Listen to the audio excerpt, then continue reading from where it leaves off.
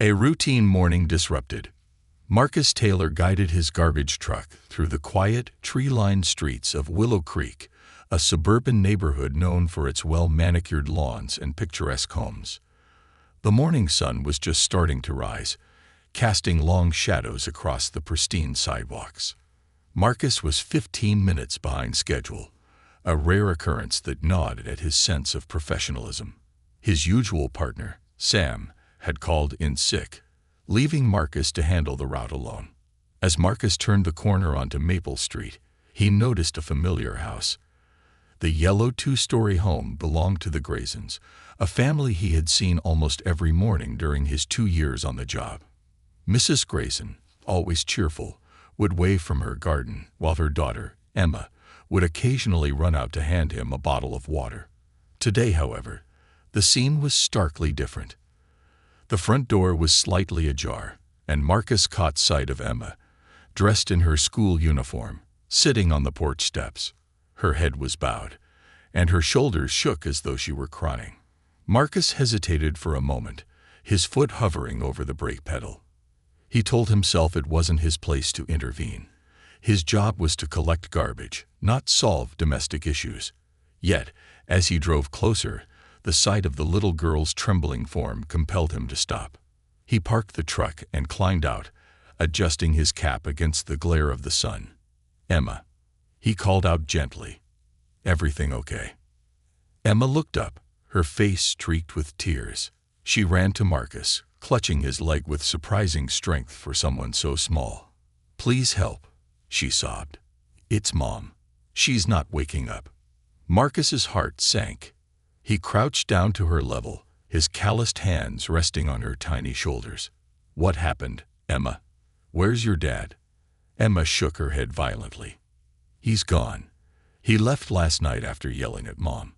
She told me to hide in my room, but this morning, she's still in bed, and she won't wake up." Marcus felt a surge of panic. He didn't know much about the Graysons beyond their polite morning exchanges, but something about Emma's desperation told him this was serious. He took a deep breath, trying to steady himself. "Okay, Emma, let's go check on your mom." He followed her into the house, the air inside heavy and stale. The living room was in disarray. Cushions were scattered, and a broken vase lay on the floor. Marcus's unease deepened as he climbed the stairs behind Emma. She led him to the master bedroom, where Mrs. Grayson lay motionless on the bed. "Mrs. Grayson," Marcus called out, his voice firm but kind. There was no response. He stepped closer, noticing the shallow rise and fall of her chest. She was alive but unresponsive. "Emma, do you have a phone?" "We need to call an ambulance," Marcus said urgently. Emma nodded and ran to the kitchen to fetch the landline. Marcus stayed by Mrs. Grayson's side, checking for any signs of injury. His years of experience as a garbage collector had exposed him to all kinds of situations, but nothing had prepared him for this. Emma returned moments later with the phone, and Marcus dialed 911, explaining the situation to the operator. The dispatcher assured him that paramedics were on their way. Marcus hung up and turned to Emma. "It's going to be okay. Help is coming." Emma clung to his arm, her small body trembling. "Is my mom going to die?" she asked, her voice barely above a whisper. "No," Marcus said firmly, though he wasn't sure himself. "She's just sick. The paramedics will make her better." Within minutes, the sound of sirens filled the air, and red and blue lights flashed outside the house. Marcus carried Emma downstairs, where they met the paramedics at the door. He quickly briefed them on what he knew before stepping aside to let them work.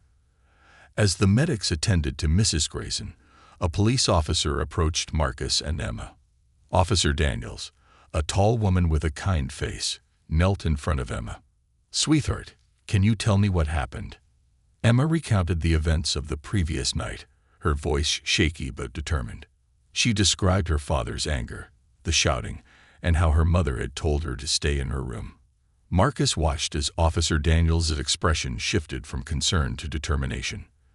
The officer turned to Marcus. "Thank you for stepping in. We'll take it from here. but I'd like to get your statement later." Marcus nodded. "Of course, just let me know when." As the paramedics prepared to transport Mrs. Grayson to the hospital, Marcus knelt beside Emma once more. "You're very brave, Emma. Your mom's going to get the help she needs." Emma hugged him tightly, her small arms wrapped around his neck. "Thank you, Mr. Marcus," she whispered. "You saved my mom." As Marcus watched the ambulance drive away, he couldn't help but feel a profound sense of purpose. His routine morning had turned into anything but ordinary, and though his day was far from over, he knew he had made a difference. A web of secrets. Marcus returned to his garbage truck, but his mind remained fixed on the Grayson household. The sight of Emma's tear-streaked face and the disarray inside the home lingered like a shadow over him. He had always taken pride in knowing the neighborhoods he served, but today had exposed just how much could remain hidden behind closed doors. As he resumed his route, he couldn't shake the feeling that there was more to the story. The Graysons had always seemed like the perfect suburban family, polite, friendly, and well put together. What had happened behind those neatly trimmed hedges and spotless windows to lead to this morning's chaos? When Marcus reached the next house, Mrs. Holland, an elderly widow who was always ready with a warm smile, was already waiting on her porch. She waved him over with urgency, clutching a cup of tea in one hand. "Marcus," she called, her voice tinged with concern. "I saw the ambulance and police down the street. Is everything all right?" Marcus hesitated. He didn't want to breach the Graysons' privacy, but Mrs. Holland was a known confidant in the neighborhood. If anyone knew more about the family, it would be her. "There was an incident at the Graysons," he said carefully. "Mrs. Grayson wasn't well, and her daughter asked for help. The paramedics took her to the hospital." Mrs. Holland's face fell, her usual warmth replaced by a deep frown. "That poor woman," she said, shaking her head. "I knew something wasn't right." Marcus leaned forward slightly, his curiosity piqued. "What do you mean?" Mrs. Holland hesitated, glancing around as if checking for eavesdroppers. "I don't like to gossip, Marcus, but I've seen Mr. Grayson lose his temper more than once. He's got a short fuse, that man, and I've noticed bruises on Rachel before. She tried to hide them, but I'm not blind." Marcus's stomach churned. The pieces of the puzzle were starting to come together, and they painted a grim picture. "Did you ever report anything to the authorities?" he asked. Mrs. Holland sighed. "I wanted to, but Rachel always brushed it off. Said she was clumsy or it was an accident. And with Emma around, I didn't want to make things worse for the girl." Marcus nodded, understanding her dilemma.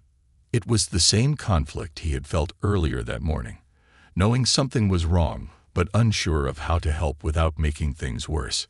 "Thanks for telling me, Mrs. Holland," he said. "It might help the police get a clearer picture." As Marcus climbed back into his truck, he couldn't shake the feeling that the situation was far more dangerous than anyone realized. If Mr. Grayson had a history of violence, what would happen when he found out the police were involved? And what about Emma? Would she be safe? By the time Marcus finished his route, the events of the morning had weighed heavily on him. Instead of heading back to the depot, he decided to swing by the hospital to check on Rachel and Emma. He wasn't sure if it was the right thing to do, but his gut told him he couldn't just walk away. The hospital was bustling with activity when Marcus arrived. He approached the front desk, where a young receptionist greeted him with a polite smile. "Can I help you?" "I'm looking for Rachel Grayson," Marcus said. "She was brought in earlier today." The receptionist typed on her computer, her expression neutral. "She's in the emergency department. Are you family?" Marcus hesitated. "No, but I helped her daughter this morning. I just want to make sure they're okay." The receptionist nodded. "Room 12, just down the hall to the right." Marcus thanked her and made his way to the room, his boots echoing against the linoleum floor. When he reached the doorway, he saw Rachel sitting up in bed, her face pale but alert. Emma was perched on the edge of the bed, holding her mother's hand. "Marcus," Emma exclaimed when she saw him, her face lighting up. She jumped off the bed and ran to him, wrapping her arms around his waist. Rachel looked up, a faint smile on her bruised face. "Mr. Taylor," she said softly, "I wasn't expecting to see you again so soon." "I just wanted to check on you," Marcus said, his voice filled with sincerity. "I couldn't stop thinking about what happened this morning." Rachel's smile faltered, and she glanced down at her hands. "It's been a rough day," she admitted, "but I'm grateful you were there. I don't know what would have happened if you hadn't stopped to help." Marcus nodded, his gaze steady. "I'm just glad you're okay. And Emma too." He hesitated before adding, "Rachel, I don't mean to pry, but is there anything else I should know about your husband?" Rachel's expression darkened, and she let out a shaky breath. "Dennis, he hasn't been himself for a long time. The drinking started a few years ago, and it just got worse. He'd get angry over the smallest things, and, well, you saw what it led to." Marcus felt a surge of anger on her behalf. "Does he know you're here?" Rachel shook her head. "I don't think so. He left the house last night and hasn't come back. But I'm worried he'll show up once he finds out what happened." "Have you called the police?" Marcus asked. "I gave them a statement," Rachel said. "They said they'd keep an eye out for him, but I don't know. Dennis is smart. He knows how to cover his tracks." Marcus frowned. "If there's anything I can do, let me know. I'll keep an eye on your house when I'm on my route." Rachel's eyes filled with gratitude. "Thank you, Marcus. You've already done so much." Emma tugged on Marcus's sleeve, her voice small but determined. "You'll keep us safe, right?" Marcus crouched down to her level, looking her in the eye. "I'll do everything I can, Emma. I promise." Later that evening, Marcus sat in his small apartment, replaying the day's events in his mind. He couldn't shake the feeling that the Graysons were still in danger. Dennis Grayson wasn't the type of man to let things go quietly. Marcus knew he had to stay vigilant, not just for Emma and Rachel, but for the entire neighborhood. As he prepared for bed, his phone buzzed with a text message. It was from an unknown number, but the message sent a chill down his spine. "Stay out of my family's business, garbage man. You have no idea who you're dealing with." Marcus stared at the screen, his jaw tightening. He didn't know how Dennis had gotten his number, but one thing was clear. The man was dangerous, and Marcus wasn't about to back down. Tomorrow would be a new day, and Marcus was determined to face whatever came his way. For Emma, for Rachel, and for the community he had come to care about so deeply. The shadow that lurks. Marcus woke to the faint hum of his phone vibrating against the nightstand. The clock read 5:30 a.m., and the faint glow of dawn peeked through the blinds.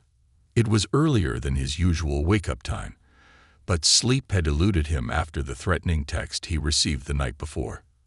As he picked up the phone, his heart sank. Another text had arrived. "I warned you. Mind your business, or you'll regret it." Marcus clenched his jaw. Dennis was clearly trying to intimidate him, but it only fueled his resolve. He wouldn't let a bully like Dennis scare him away from doing what was right. After all, he had faced worse situations in life. Growing up in the foster system had taught him resilience and the importance of standing up for others, even when it came at a personal cost. He replied with a simple message: "Do what you need to do, but I won't stop protecting them." By 6:30 a.m., Marcus was back in his garbage truck, his usual routine underway. The morning air was crisp, and the neighborhood was just beginning to stir. As he drove down Maple Street, he noticed a dark sedan parked a few houses away from the Graysons' home. The car didn't belong to any of the residents he knew, and something about it felt off. Marcus slowed the truck, pretending to focus on the bins, but his eyes were trained on the sit-in. The windows were tinted, making it impossible to see who was inside. His instincts told him Dennis was nearby, watching. He pulled over a few houses down, parking the truck under the pretense of checking his route sheet. Marcus discreetly snapped a photo of the sit-in, capturing the license plate. He'd forward it to the police later. As the morning progressed, Marcus couldn't shake the feeling that he was being followed. Each time he turned a corner, the same dark sedan seemed to appear in his rearview mirror. When he stopped to collect bins, the car would pause a short distance away, its engine idling. It was no longer a coincidence. Marcus decided to test his theory. At the next intersection, he took an unexpected turn down a narrow alleyway that wasn't part of his route. The sedan hesitated before following him, its tires crunching on the gravel road. Marcus felt his pulse quicken. It was Dennis, or someone working for him. When Marcus reached the depot later that morning, he parked the truck and immediately approached his supervisor, a burly man named Joe. "Hey, Joe," Marcus began, keeping his voice calm. "I need to report something unusual." Joe raised an eyebrow, clearly intrigued. "What's going on, Marcus?" "There's been someone following me on my route," Marcus explained. "It started this morning after that situation with the Graysons yesterday. I think it might be related." Joe frowned. "You're sure about this? Could just be someone running errands or something." Marcus shook his head. "It's not random, Joe. This guy's been tailing me for hours. I even took a detour to confirm it." Joe sighed and rubbed the back of his neck. "All right, I'll report it to corporate and let them know what's going on. But if this gets worse, you should go to the cops. I don't want you getting hurt over something outside of work." Marcus nodded, grateful for Joe's support. "Thanks, Joe. I'll keep you updated." That afternoon, Marcus decided to check in on Rachel and Emma again. He parked his truck a block away from their house, not wanting to draw attention. As he approached on foot, he noticed Rachel's mother, Eleanor, tending to the garden. She spotted him and waved him over. "Marcus," Eleanor greeted warmly. "Thank you for everything you've done for my daughter and granddaughter. I don't know how we can ever repay you." "No need for repayment, ma'am," Marcus replied with a smile. "I just want to make sure they're safe." Eleanor's expression grew serious. "Rachel told me about the text you received. She's worried Dennis might try to retaliate. He's always been a vindictive man." "I've noticed," Marcus said, his tone grim. "That's why I'm here." "Have you seen or heard anything suspicious?" Eleanor hesitated before nodding. "Last night, I thought I saw someone walking near the house. I couldn't get a good look, but they didn't seem like one of the neighbors. I locked all the doors just in case." Marcus felt his jaw tighten. Dennis was clearly escalating. "I've already reported a suspicious car to the police," he said. "I'll keep an eye on things, but if anything happens, call 911 immediately." Eleanor placed a hand on his arm, her gratitude evident. "You're a good man, Marcus. Don't let Dennis scare you away." Later that evening, Marcus returned to his apartment. He locked the door and double-checked the windows, his paranoia heightened by the day's events. As he sat on the couch, his phone buzzed with a new message. "Enjoying your quiet evening. It won't last." Marcus's blood ran cold. Dennis wasn't just targeting him on his route. He was watching him at home. Marcus glanced around, his eyes scanning the room for anything out of place. Was Dennis outside, lurking in the shadows? He picked up the phone and dialed Officer Daniels, the kind officer he had met at the hospital. She answered on the second ring. "Marcus, what's going on?" "Dennis is threatening me," Marcus said, his voice steady despite the tension in his chest. "He's been following me, and now he's sending me messages about my home." Officer Daniels' tone grew serious. "Do you feel safe right now? Is there anyone near your apartment?" "I don't see anyone," Marcus said, glancing out the window. "But I don't want to wait until something happens." "Good," Daniels replied. "I'll send a patrol car to your area to keep an eye out. In the meantime, forward me those messages and the photo of the car you mentioned. We'll start building a case against him." Marcus nodded, his resolve hardening. "Thanks, Officer Daniels. I just want to make sure Rachel and Emma are safe." "We're on it," Daniels assured him. "Stay vigilant, Marcus, and don't hesitate to call if you feel threatened." That night, Marcus sat by the window, watching the street below. A patrol car cruised by every half hour, a small comfort in the face of Dennis's escalating threats. As the hours passed, Marcus couldn't help but feel a growing determination. Dennis wanted to scare him, to make him back down. But Marcus wasn't the type to be intimidated. He had spent his life standing up to bullies, and this time was no different. For Rachel, for Emma, and for the community he served, Marcus vowed to see this through to the end. The unseen threat. Marcus woke to the faint light of dawn filtering through his blinds. The patrol car had been visible throughout the night, but his nerves had kept him from getting more than a few hours of restless sleep. Dennis's threats weighed heavily on him, but he had resolved to keep going. His work, his support for the Graysons, and his own sense of justice couldn't waver now. As he prepared for his shift, Marcus's phone buzzed. It was a text from Officer Daniels. "We've confirmed the license plate belongs to Dennis Grayson's vehicle. Patrols are being increased in your area and near the Graysons' home. Stay alert." Marcus felt a small surge of relief, knowing the police were taking the threat seriously. But he also knew Dennis wouldn't stop. Bullies like him didn't back down unless they were forced to. As Marcus drove his garbage truck through the still quiet streets, his mind wandered to the Graysons. He wondered how Rachel and Emma were holding up. Was Rachel recovering from her injuries? Was Emma sleeping better? He resolved to check on them later in the day. He had barely begun his route when his radio crackled to life. It was Joe, his supervisor. "Marcus, you doing okay out there?" "Yeah, Joe," Marcus replied, keeping his voice even. "Why?" Joe hesitated. "We've had a couple of complaints about someone tailing one of our trucks in your area. I figured it might be related to what you mentioned yesterday." Marcus's grip on the steering wheel tightened. Dennis wasn't even trying to be subtle anymore. "Thanks for letting me know, Joe. I'll keep an eye out." "You do that," Joe said, his voice tinged with concern. "And Marcus, be careful, all right? We've got your back." The rest of the morning passed uneventfully until Marcus reached the edge of the Graysons' neighborhood. He noticed a black sedan parked near the corner, partially hidden by a line of bushes. His stomach churned. He recognized the car immediately. It was Dennis. Marcus parked his truck a few houses away and climbed down. He grabbed his phone, snapping another photo of the sedan. He debated approaching the car, but thought better of it.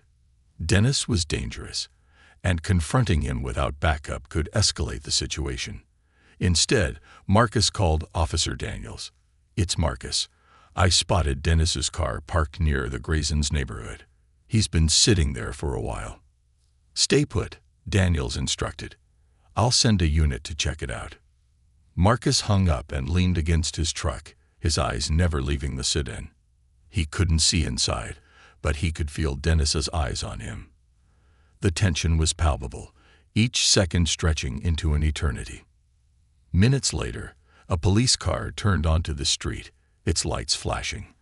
The sedan's engine roared to life, and Dennis sped away, tires screeching. The police gave chase, disappearing down the street in pursuit. Marcus exhaled deeply, relief washing over him. But his relief was short-lived. A voice behind him startled him. "You're making a big mistake, Marcus."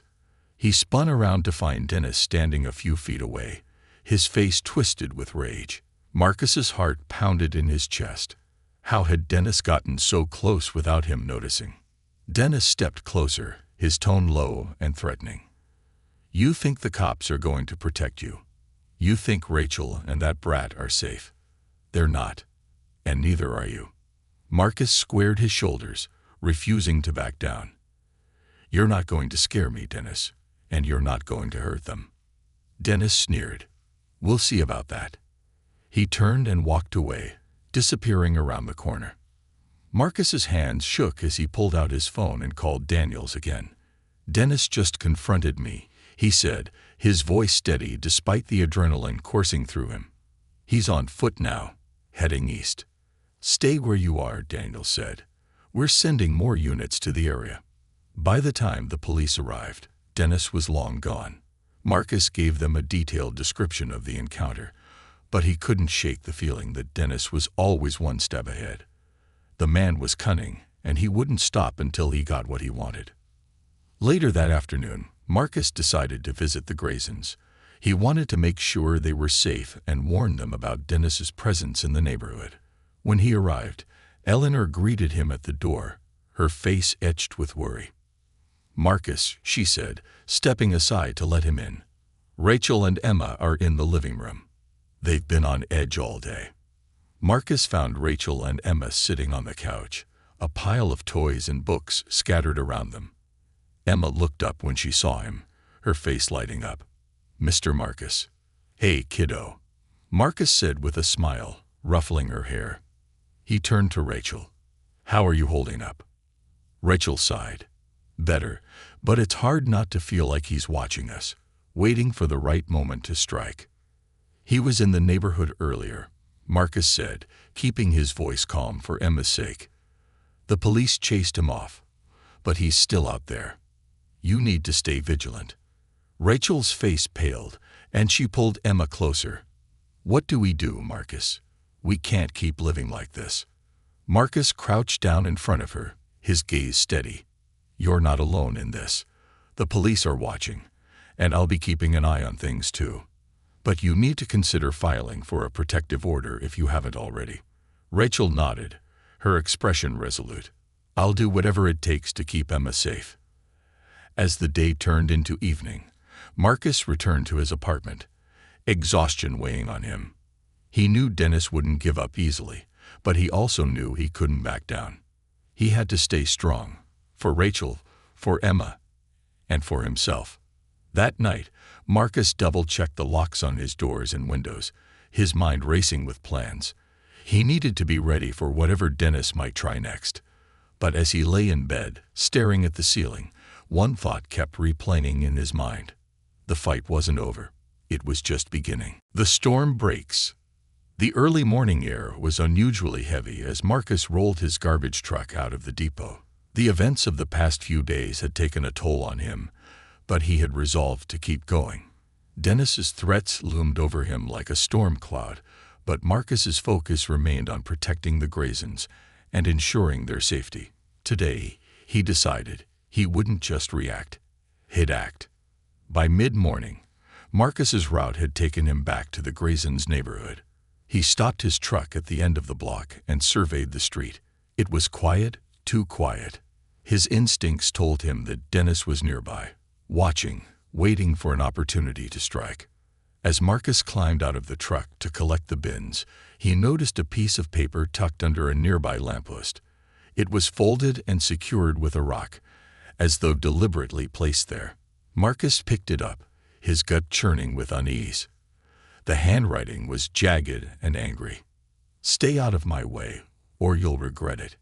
You're not a hero. You're just trash." Marcus clenched his fists, crumpling the note in his hand. Dennis's desperation was escalating, and it was only a matter of time before he did something reckless. Marcus knew he couldn't wait for the police to act. He had to take matters into his own hands. After finishing his route, Marcus made a detour to the police station. Officer Daniels met him in the lobby, her expression serious. "We've been monitoring Dennis's movements," she said, leading him into a small conference room. "He's been spotted near the Graysons' house multiple times, but he's always managed to slip away before we could catch him. We're working on getting a warrant, but it's a slow process." Marcus frowned. "That's not good enough. He's not just watching. He's escalating. He left me a threatening note this morning." Daniels' jaw tightened.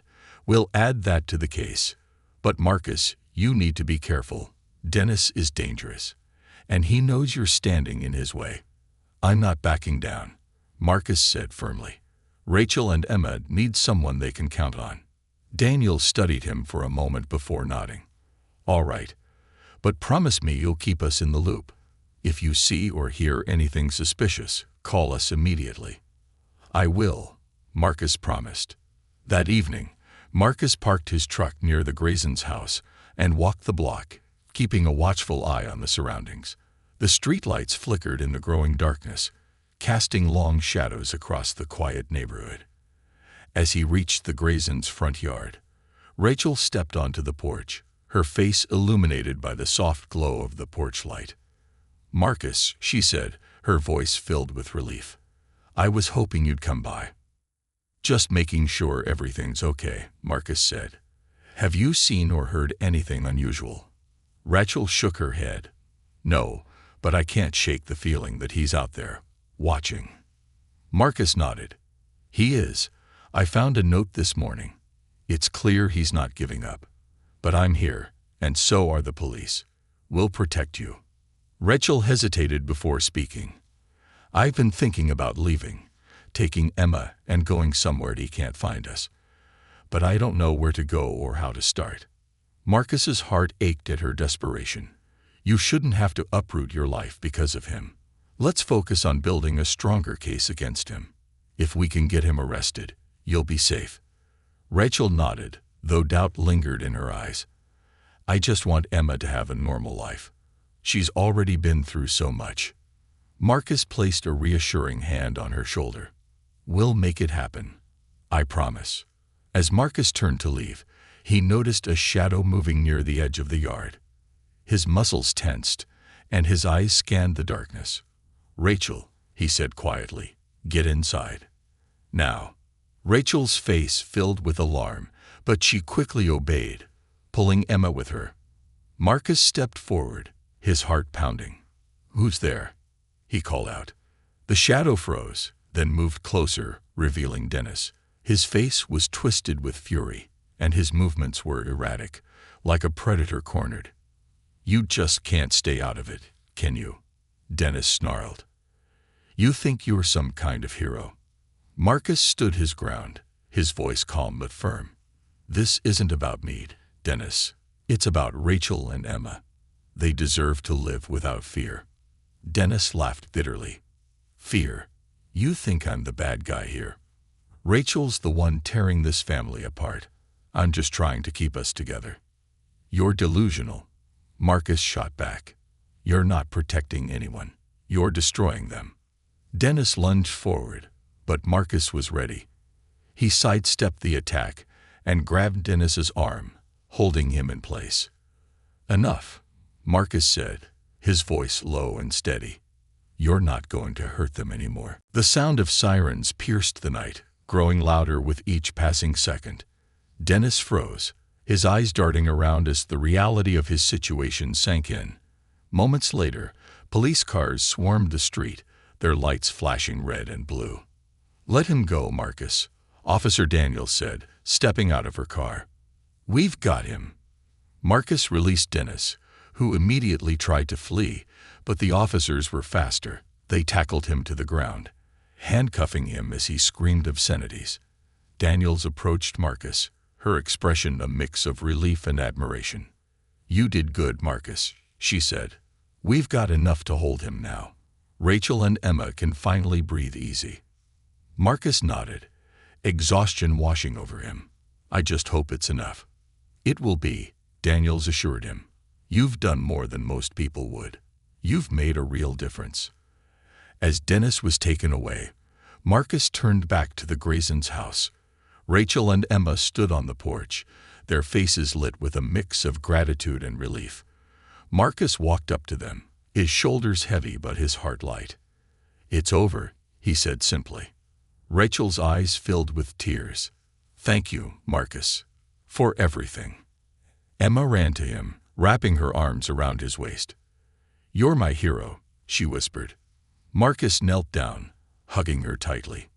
"No, Emma," he said softly. "You're the hero. You and your mom." As he left their porch and walked back to his truck, Marcus felt a profound sense of purpose. He had faced the storm and come out stronger. And though the road ahead would still hold challenges, he knew he had done the right thing. For Rachel, for Emma, for all the unseen heroes who simply refused to walk away. Strength in the aftermath.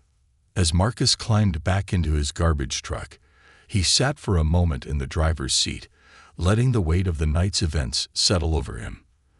The distant sound of the sirens faded into the quiet hum of the neighborhood. He glanced back toward the Graysons' house, where the porch light still burned brightly. Rachel and Emma had gone back inside, safe for the moment. Marcus sighed, running a hand over his face. The adrenaline that had kept him sharp during the confrontation was ebbing, replaced by exhaustion. Yet, despite his fatigue, he felt a deep sense of satisfaction. For the first time in days, the Graysons could sleep without fear. As he started the truck and prepared to leave, his phone buzzed with another message. He hesitated before looking at the screen, half expecting another threat from Dennis. Instead, it was from Officer Daniels. "We've detained Dennis and found evidence linking him to additional threats. With your testimony and Rachel's statement, we're confident he'll be facing significant charges. Stay vigilant, but rest easy tonight. You've done something remarkable." Marcus allowed himself a small smile. The police had things under control now, but the message was a reminder that his efforts hadn't been in vain. He drove back to the depot, the night passing in a blur of quiet streets and dim streetlights. The next morning, Marcus woke to a knock at his door. Groggy but alert, he peered through the peephole and saw a familiar face. Rachel stood on his doorstep, holding a box in her hands. Emma was by her side, clutching a bouquet of daisies. Marcus opened the door, surprised. "Rachel? Emma? What are you doing here?" Rachel smiled, though her eyes still held the weight of the past few days. "We wanted to thank you properly," she said, holding out the box. "This is for you." Marcus hesitated before taking it. Inside was a homemade meal, a casserole, neatly packed with a note on top in Emma's handwriting. "Thank you for being our hero." Emma stepped forward and handed him the daisies. "We picked these for you," she said, her voice shy but warm. "Mom said you like simple things." Marcus chuckled, taking the flowers. "I do, Emma. Thank you." Rachel looked at him, her expression serious. "Marcus, I don't know how to put into words what you've done for us. You didn't have to get involved, but you did. You stood up for us when no one else would. I'll never forget that." Marcus shifted uncomfortably, unused to such heartfelt gratitude. "You don't have to thank me, Rachel. I just did what anyone should do." "But not everyone does," Rachel said firmly. "And that's what makes you different." They spent the morning together, sharing coffee and stories. For the first time, Rachel and Emma seemed relaxed, their laughter filling Marcus's modest kitchen. It was a stark contrast to the tension and fear of the past week. As they talked, Rachel mentioned the next steps. "The police suggested I get a restraining order and look into moving somewhere Dennis can't find us. It's a big step, but I think it's time." Marcus nodded. "It's a fresh start. You and Emma deserve that." Rachel hesitated before adding, "I was also thinking about reaching out to a women's shelter. They have resources to help people in situations like ours." "That's a good idea," Marcus said. "They'll help you rebuild and find your footing." Rachel smiled, a glimmer of hope in her eyes. "It feels like a lot, but knowing we have support makes it less overwhelming." As the day went on, Marcus found himself reflecting on the past week. He had started out as an ordinary garbage collector, content with his routine and the quiet life it afforded him. But circumstances had pushed him into a role he never anticipated: protector, ally, and friend. By evening, Rachel and Emma said their goodbyes, promising to keep him updated. As they left, Emma turned back and waved, her smile brighter than Marcus had ever seen. "Bye, Mr. Marcus. See you soon." "Bye, Emma," Marcus called back, his heart full. "Take care of your mom." As he closed the door, Marcus looked at the bouquet of daisies on his counter and the note in Emma's handwriting. It was a simple reminder that even in the face of darkness, kindness and courage could bring light. That night, Marcus sat on his couch, feeling the quiet of his apartment. He wasn't sure what the future held for Rachel and Emma, but he was certain of one thing: he would always be there for them, just as he had been when they needed him most. In the days that followed, life slowly returned to normal. Dennis was facing charges, and Rachel was making plans for a new chapter. But for Marcus, things had changed forever. He had discovered a deeper sense of purpose, one that extended beyond his job.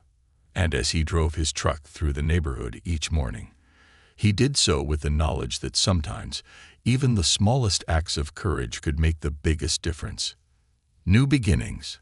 The morning sun rose over Willow Creek, painting the quiet streets in hues of gold and amber. Marcus leaned against the cab of his garbage truck, sipping his coffee as the first rays of light touched the neighborhood. The past week had changed him in ways he hadn't anticipated. He no longer saw his route as a mere job, but as an opportunity, a chance to connect with people, to notice the things others might overlook, and when necessary, to act. Today, however, felt different. There was a stillness in the air, as if the neighborhood itself was taking a collective breath after the storm that had passed. Later that morning, Marcus found himself back at the Graysons' house, though it now belonged to Rachel and her mother, Eleanor. The air smelled of fresh paint and cut grass, signs of new life beginning to take root. Marcus had stopped by at Rachel's invitation. She wanted him to see the changes they were making. Rachel greeted him at the door, her smile warmer and more relaxed than he'd ever seen. "Marcus," she said, stepping aside to let him in. "Come on in. We've been waiting for you." Inside, the house felt different. The walls, once adorned with muted tones, were now painted in bright, cheerful colors. Sunlight streamed through open windows, and the sound of Emma's laughter echoed from the backyard. "I didn't recognize the place," Marcus said, taking in the changes. "It feels alive." "That's what we wanted," Rachel said, her voice soft, but filled with determination. "This is our chance to start over, to make this house a home again." As they walked into the backyard, Marcus saw Emma playing with a small puppy, its tail wagging furiously as she threw a ball for it to chase. Eleanor sat on a bench nearby, watching them with a smile. "That's Max," Rachel said, nodding toward the puppy. "Emma's been asking for a dog for years, and I figured now was the time." Emma spotted Marcus and ran over, Max bounding at her heels. "Mr. Marcus," she called out, throwing her arms around him. "You have to meet Max. He's the best dog ever." Marcus knelt down, letting Max sniff his hand before giving the puppy a gentle pat. "He's a good boy," Marcus said with a grin. "Looks like you've got yourself a new best friend." Emma beamed. "And he's going to protect us, just like you did." Marcus chuckled, ruffling her hair. "You're doing pretty well on your own, kiddo." As the day went on, Marcus helped Rachel and Eleanor with small tasks around the house. They painted a garden fence, fixed a loose shutter, and even planted a few new flowers in the front yard.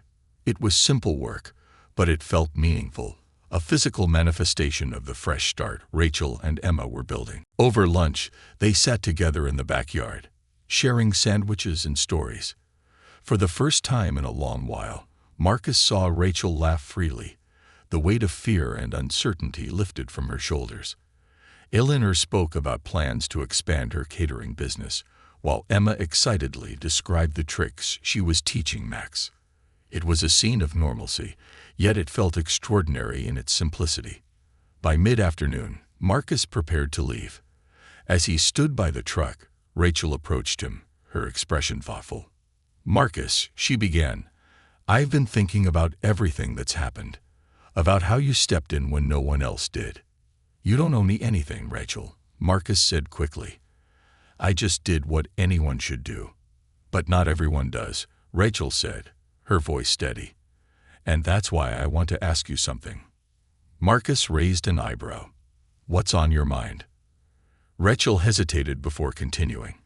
"I want to start a community program, something for people who feel like they don't have a voice, a place where they can find support, resources, and people who care. And I was hoping you'd help me." Marcus blinked, taken aback. "Me? I don't know the first thing about running a program like that." "You don't have to," Rachel said with a smile. "You just have to be yourself. You care about people, Marcus. That's what we need." Marcus looked at her, considering her words. He thought about the people he'd met on his route, the small connections he'd made over the years. He thought about Rachel and Emma, and how a single decision to get involved had changed everything. "All right," Marcus said finally, a small smile playing on his lips. "I'm in." The weeks that followed were a whirlwind of activity. Marcus and Rachel worked together to create the framework for the program, reaching out to local organizations, gathering volunteers, and spreading the word. They called it New Horizons, a name that reflected the hope and resilience they wanted to inspire. The community responded with overwhelming support. People donated supplies, offered their skills, and shared their own stories of overcoming adversity. The program quickly became a beacon of hope for the neighborhood, a place where people could find strength in each other. One evening, as the sun set over the neighborhood, Marcus stood outside the New Horizons Center, watching as families arrived for an event. Laughter and music filled the air, and the scent of freshly baked cookies wafted from the kitchen. Rachel joined him, her expression content. "It's amazing, isn't it?" she said, gesturing to the scene before them. "All of this started because you decided to help." Marcus shook his head. "It started because you and Emma decided to fight for your future. I just gave you a little nudge." Rachel smiled, her eyes shining. "Well, whatever the reason, I'm glad you're here." Marcus looked out at the crowd, feeling a sense of fulfillment he hadn't known was possible. For years, he had thought of himself as just a garbage collector, someone who kept the streets clean and quietly went about his work. But now he saw himself differently. He wasn't just cleaning up trash. He was helping to build something beautiful. And for the first time in a long time, Marcus felt truly at home. A legacy of hope. The evening at the New Horizons Center unfolded like a dream Marcus hadn't known he carried in his heart. The once empty building now buzzed with life. Families shared meals at long tables, volunteers chatted as they organized donations, and children played in a corner adorned with books and toys. It was a vision of community, a tapestry woven together by compassion and resilience. Marcus stood near the entrance, watching it all unfold. He spotted Emma sitting cross-legged on the floor, reading a story to a group of younger children. Her animated voice filled the room with laughter as she mimicked characters' voices, her puppy Max curled up beside her. Rachel was nearby, guiding a group of volunteers as they prepared care packages for local shelters. Eleanor approached Marcus, holding 2 steaming cups of coffee. "You've been standing there for a while," she said with a smile, handing him a cup. "You should take a moment to enjoy what you've helped create." Marcus accepted the coffee, his calloused hands warm against the cup. "It doesn't feel real," he admitted. "A few weeks ago, I was just a garbage collector." Eleanor tilted her head. "And now?" Marcus looked at her, then at the room full of people. "Now I feel like I'm part of something bigger. Like maybe this is where I was always meant to be." As the night wore on, Marcus found himself surrounded by people thanking him. A mother who had been struggling to find housing shared how New Horizons had helped her secure a safe place to live. A teenager who had been on the verge of dropping out of school told Marcus how Rachel's mentorship had reignited his dreams of becoming a writer. Each story added weight to the realization that this wasn't just a temporary project. It was a movement, a lifeline for those who felt unseen and unheard. Later, as the event wound down, Marcus stepped outside for a moment of quiet. The cool night air wrapped around him, and the stars above seemed brighter than he remembered. He leaned against the building, sipping the last of his coffee. Rachel joined him, her arms crossed against the chill. "Escaping the chaos," she teased gently. "Just taking it all in," Marcus said with a smile. "It's incredible, what we've built." Rachel nodded, her gaze thoughtful.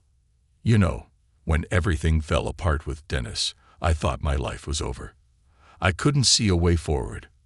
But now, standing here, I realize that was the beginning of something better." Marcus glanced at her, admiration in his eyes. "You're stronger than you give yourself credit for. You took something broken and turned it into hope, for yourself, for Emma, and for everyone here." Rachel smiled, the gratitude and sincerity in her expression unmistakable. I couldn't have done it without you, Marcus. You saw us when no one else did. You believed in us." They stood in comfortable silence for a moment, the hum of the night punctuated by the faint laughter from inside. Finally, Rachel turned to him, her voice soft. "You've changed more lives than you realize, including mine, and I'm glad you're a part of ours." Marcus felt a warmth spread through him, the weight of her words settling in his chest. "Me too," he said simply. In the weeks that followed, New Horizons continued to grow. Marcus found himself not just a part of the program, but one of its pillars. He became a mentor, a friend, and a symbol of how ordinary people could make an extraordinary difference. His days were still filled with early mornings and garbage routes, but his evenings were spent at the center, building a legacy of hope. Rachel and Emma flourished in their new lives. Emma thrived in school, her laughter and confidence a testament to the safety and love that now surrounded her. Rachel, too, found her footing, not just as a mother, but as a leader in the community. Together, they became the heart of New Horizons, their story inspiring others to believe in second chances. One quiet evening, as Marcus locked up the center after another successful event, he paused to look at the sign above the door, New Horizons, a place for everyone. For the first time in his life, Marcus didn't feel like he was just passing through. He felt rooted, connected to something bigger than himself. The Graysons had needed a hero, but in helping them, Marcus had discovered his own strength and purpose. The storm that Dennis had brought into their lives was long gone, replaced by a brighter future. And as Marcus walked to his truck, the stars shining brightly overhead, he felt a quiet pride in the road he had traveled. The garbage man who had once thought he was invisible had become a cornerstone of his community, a reminder that even the smallest actions could ripple out and change the world.